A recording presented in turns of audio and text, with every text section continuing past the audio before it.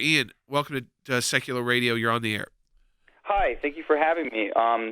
So I'm calling today because I'm obviously concerned about everything that's going on in the world, and everything that's going on is very, very imperative at this point to know about it and to be educated about it. But my question was, why did Obama enter this nuclear agreement with Iran, and then after Trump had removed us from this nuclear deal, why is it now that Biden wants to move in on this again?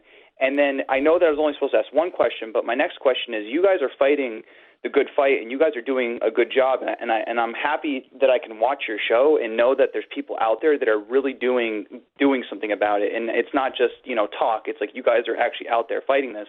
But the second question is you guys have seen. You guys have seen for a very long time everything that's been happening and all these different policies with all these different people doing all these different things.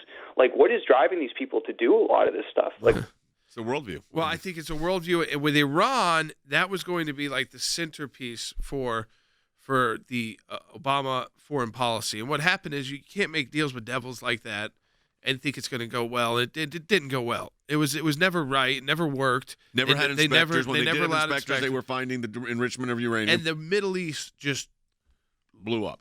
Yes, blew up is the right word. And it's not all back better. It's not like Libya is still in kind of like a failed state status right now. That happened under Obama. Syria, disaster, but guess who's still in power? Assad. And now ISIS has been taken out, but we had a three-way conflict going on there.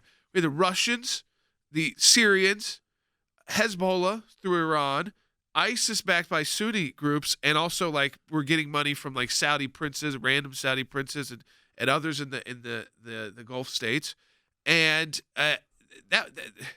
Egypt, you had the Muslim Brotherhood take over through an election we supported. I mean the U.S. government. Saying it was the fairest and freest election in Egypt's history. They were bragging. You and I were at an event where they bragged about how great it was that the Muslim Brotherhood was in power. Interesting, though, is that when the Muslim Brotherhood was taken out of power by a military dictatorship, a new military dictatorship, they didn't do anything to stop it. No. Because they realized it was a disaster. You had Turkey going on, it was like a disaster there. Everything was a disaster around the world. And when that happens, who benefits? Who takes advantage? China, Russia. That's exactly right. If you look at it from a global perspective, that's why these policy differentials are going to – the ramifications of these policies, Wes, are very, very significant. Oh, wow. You can say that again. The second and third order effects, the things we don't even see today that will be the consequences of some of these policies. The danger can't be overstated. Iran is not our friend. Right now, they are in so many violations of the Iran nuclear deal.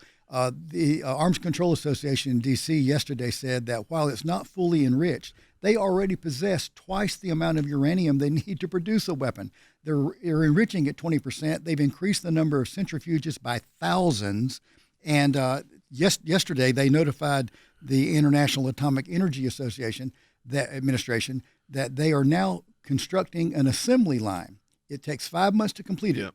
And they're going to produce uranium metal, which is the key component of a nuclear warhead. The danger of Iran and the significance of our policies, Jay, cannot be overstated.